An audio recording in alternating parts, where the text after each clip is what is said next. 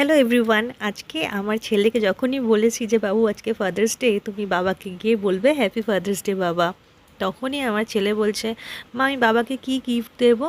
তো আমি ভাবলাম তাহলে আমি আজকেই দুপুরবেলা ইউটিউবে একটা কেক মেকিং দেখছিলাম, তো সেটাই বানাই, সেটাই বলবো যে এটাই তুমি বাবাকে দাও।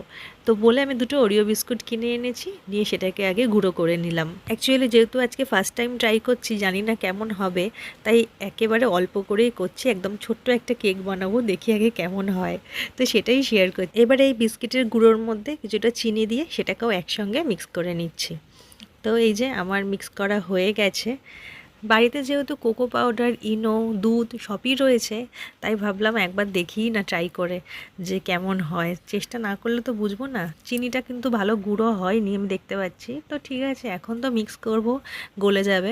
তো এর মধ্যে আমি দুধ দিয়ে দিলাম। এবার এটাকে ভালো করে আমি গুলে নেব। আমরা যখন ছোট ছিলাম তখন শুধু আমরা বার্থডে কবে এইটুকুই জানতাম, ফাদার্স ডে, মাদার্স ডে এইসব কিছুই কিন্তু জানতাম না। এখন সবটাই জানা হয় ফেসবুকের দৌলতে, তা না হলে হয়তো এত কিছু জানতেও পারতাম না।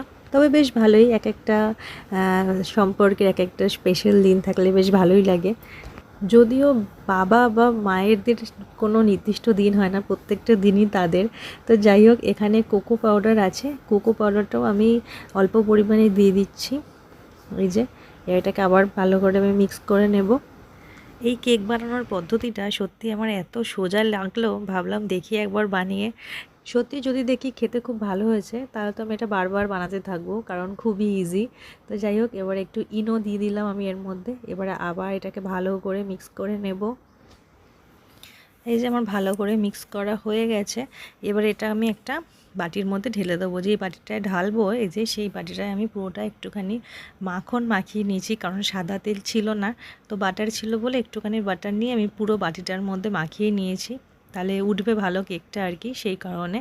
তো এইবারে আমি ওভেনের মধ্যে ওই যে কড়াই বসিয়ে তাতে একটা স্ট্যান্ড দিয়েছি, তার উপরে বাটিটা বসালাম। এবার এটা আমি ঢেকে দিয়ে দেবো।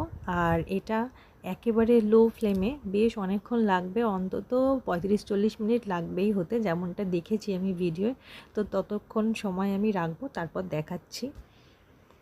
তো এই যে বেশ অনেকক্ষণ সময় হয়ে গেছে, আমি খুলে দিলাম ঢাকনাটা। দেখি ওরা একটা কাঠি ঢুকিয়ে দেখছিল, যদি গায়ে লেগে যায় তাহলে হয়নি আর কি। তো আমারও ছুরিটার গায়ে লাগেনি, তার মানে কেকটা এখন রেডি হয়ে গেছে। তো কেকটা বাটি থেকে উল্টাতে গিয়ে এই যে সাইডটা একটু ভেঙে গিয়েছিলো। ফার্স্ট টাইম ট্রাই করছি, এরকম একটু আধটু ভুল হবেই, নেক্সট টাইম থেকে ঠিক হয়ে যাবে।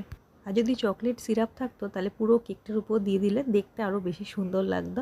তো যাই হোক, সেটা হয়ে ওঠেনি, সেটা ছিল না আমার কাছে। তো যাই হোক, আমার গুডি এই কেকটা দিয়ে তার বাবাকে হ্যাপি ফাদার্স ডে উইশ করেছে। তো এটা দেখে আমি খুব খুশি হয়ে গেছি, আর ছেলে তো খুশি হয়েইছে, খুব খুশি হয়েছে বাবাকে দিতে পেরে।